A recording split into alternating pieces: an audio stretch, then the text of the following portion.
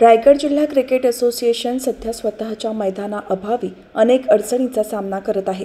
विविध वयोगटातील मुलामुलींच्या स्पर्धा आणि सराव शिबिरांसाठी त्यांना कंपन्या किंवा खाजगी क्लबच्या मैदानांवर अवलंबून राहावे लागते, ज्यामुळे मैदानाची उपलब्धता मर्यादित असते। या समस्येवर मात करण्यासाठी असोसिएशनने स्वतःच्या हक्काचे मैदान मिळवण्यासाठी प्रयत्न सुरू केले आहेत। त्या पार्श्वभूमीवर रायगड जिल्हा क्रिकेट असोसिएशनचे अध्यक्ष अनिरुद्ध पाटील आणि त्यांच्या सहकाऱ्यांनी पनवेलचे आमदार प्रशांत ठाकूर यांची भेट घेऊन प्रस्ताव दिला।